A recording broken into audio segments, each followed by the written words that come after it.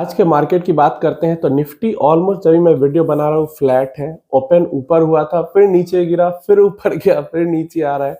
तो volatility market के अंदर में आज काफी ज्यादा है, लेकिन बहुत ज्यादा ना निगेटिव की तरफ गिरा हुआ है मार्केट, ना बहुत ज्यादा पॉजिटिव की तरफ गिरा हुआ है। देखते हैं मार्केट एंड होते होते किधर की तरफ, या तो नीचे फिसलेगा या तो ऊपर जाएगा। बट प्रेजेंटली एकदम मिडिल में है, फ्लैट है निफ्टी 50।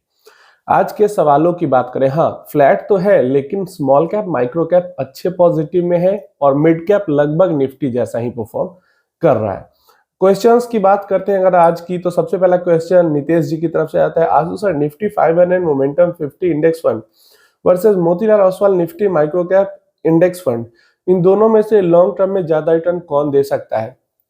पीछे 20 साल की बात करें तो पिछले 20 साल में निफ्टी 500 मोमेंटम 50 फंड ने जो Nifty 250 micro cap index fund है उससे ज्यादा रिटर्न दिया है। लेकिन पीछे की सिचुएशन कुछ अलग थी, अब यहां से फ्यूचर की सिचुएशन थोड़ी अलग है।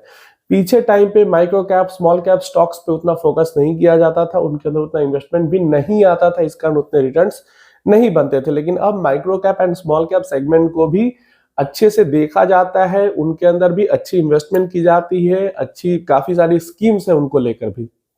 तो इस कारण में हो सकता है ये दोनों फंड इन फ्यूचर अगले 15-20 सालों में एक जैसा ही रिटर्न दे। थोड़ा ऊपर नीचे होगा तो वो थोड़ा कौन सा ऊपर होगा कौन सा नीचे होगा ये बताना मुश्किल है।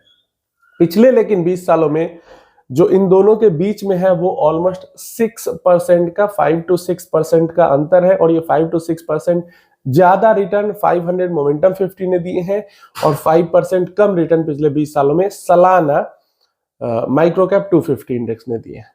लेकिन अगेन मैं बोलूंगा वही चीज कि पीछे के 20 साल का जो सिनेरियो था वो अलग था, आगे जो 20 साल होंगे उसका सिनेरियो अलग है। आगे 20 सालों में माइक्रो कैप का परफॉर्मेंस अच्छा हो सकता है पीछे के 20 साल से। प्रेजेंटली बात करते हैं तो पिछले 4-5 सालों में तो इन दोनों ही फंड का जो परफॉर्मेंस है वो बहुत फायर की तरह रहा है। तो इन दोनों में से कोई भी आप चुन सकते हो अगर आपको इंडेक्स इन्वेस्टिंग करनी है फॉर नेक्स्ट 10, 15, 20 ईयर्स। रत्नदीप जी का नेक्स्ट क्वेश्चन आ जाता है यहाँ पे, what is your opinion for Motilal Oswal Nifty micro cap 250 index fund? Should I invest in it? Will it be better than an active small cap fund if investment horizon is for 12 years और मोर? देखिए, ऐसा मैं नहीं कहूंगा कि ये actively small cap fund से बेहतर होगा।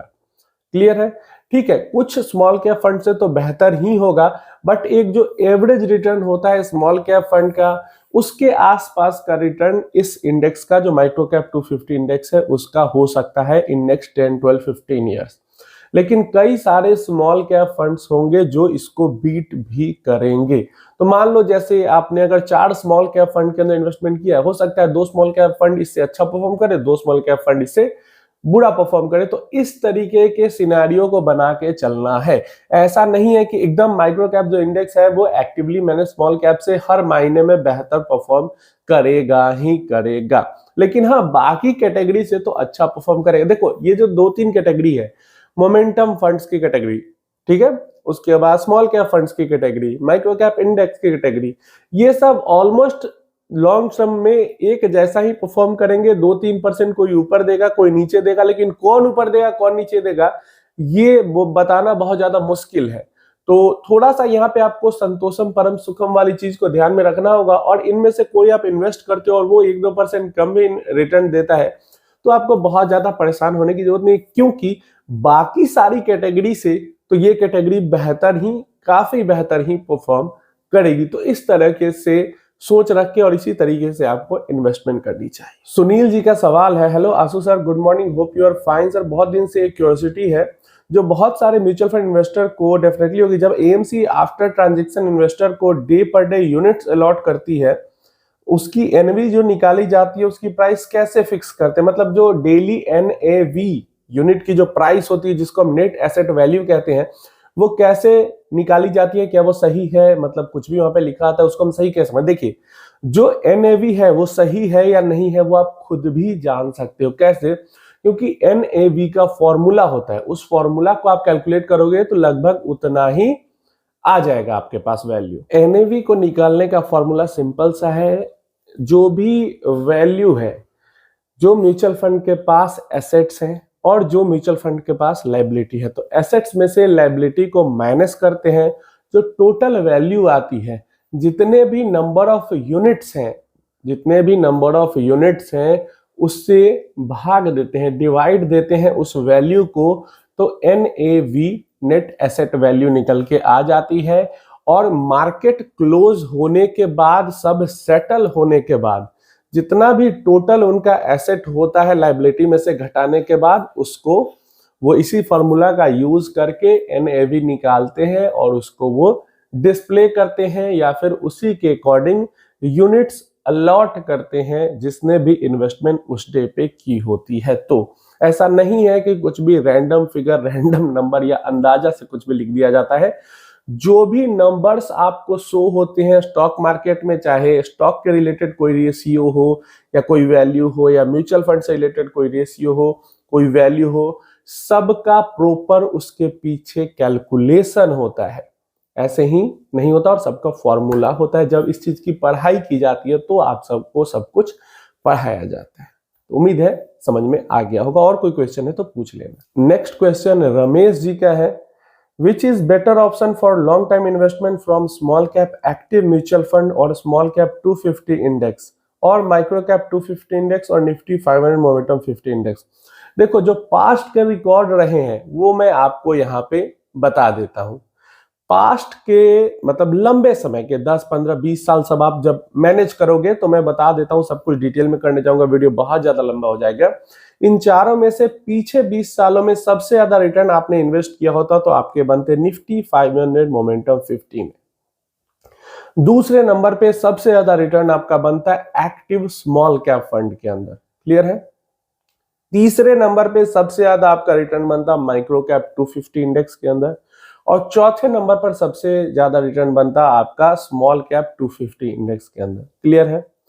तो स्मॉल कैप 250 इंडेक्स को छोड़कर जो बाकी के तीनों हैं वो मुझे काफी सही लगते हैं आगे अगर लंबे समय तक इन्वेस्टमेंट करना हो तो। मैंने पीछे भी वीडियो में बताया कि 1-2% ज्यादा या 1-2% कम, इन तीनों का जो परफॉर्मेंस रहेगा वो लगभग ऐसा ही रहेगा। अब स्मॉल कैप में अगर ऐसा हो जाता है कि सबसे बेकार जो परफॉर्म करने वाली फंड होगी वही आप चुन लेते हो, अब अभी तो पता चलेगा नहीं ना कि अगले 15 साल में कौन सबसे बेकार परफॉर्म करेगा, कौन सबसे अच्छा करेगा। तो सबसे बेकार करने वाला चुन लेते हो तो अलग चीज है, लेकिन अगर average performing small cap fund भी आपको मिल जाता है अगले 15 साल के लिए, तो उसका जो परफॉर्मेंस होगा वो ऑलमोस्ट माइक्रो कैप 250 इंडेक्स और निफ्टी 500 मोमेंटम 50 जो अगले 15 साल में रिटर्न देंगे उनके बराबर का होगा। तो ये तीनों कैटेगरी को आप एक मतलब ये तीनों स्कीम्स को आप एक कैटेगरी की तरह मान सकते हो, high volatility high reward category की तरह। और कम से कम 7, 8, 10 साल का टाइम पीरियड है, तभी इन तीनों में से किसी के भी अंदर इन्वेस्टमेंट करना सही होगा और तीनों के अंदर बेहतरीन रिटर्न बन सकते हैं। बंसी जी का सवाल है, sir each SIP up to 12 month will treated as short term tax। तो यस डेफिनेटली, जितनी भी NAV परचेज करते हो, यूनिट्स आप परचेज करते हो, हर यूनिट मान लो आज मैंने खरीदा है 100 यूनिट, तो अगले साल आज के बाद वो 100 यूनिट फ्री हो जाएगा, STCG से फ्री हो जाएगा, फिर उसके बाद उस पर LTCG लगेगा। और आज के बाद ही कल भी मैंने ये 100 यूनिट खरीदा है, तो ये परसों से ये दोनों यूनिट 200 मतलब परसों क्या अगले हफ्ते से ये 200 यूनिट एक साथ मुझे दिखेंगे, लेकिन आज वाला 100 यूनिट अगले साल आज के बाद फ्री होगा और कल वाला 100 यूनिट अगले साल कल के डेट के बाद फ्री होगा। क्लियर है? उसके बाद उस पर LTCG लगेगा। तो हर दिन अगर हम नया यूनिट खरीदते हैं, हर महीने नया यूनिट खरीदते हैं, तो हर जो नया यूनिट होता है वो इंडिविजुअल की तरह ट्रीट होता है और उस पे STCG, LTCG, एग्जिट लोड, अगर ELSS की कैटेगरी है तो 3 साल का लॉक इन हर यूनिट पे अलग अलग लगता है।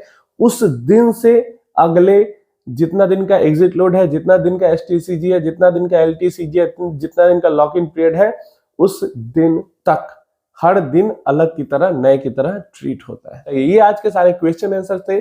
आप अपनी राय इसके बारे में कमेंट बॉक्स में जरूर बताना। आपको किसी तरीके की किसी टॉपिक पे जानकारी चाहिए तो वो भी नीचे कमेंट बॉक्स में पूछ लेना।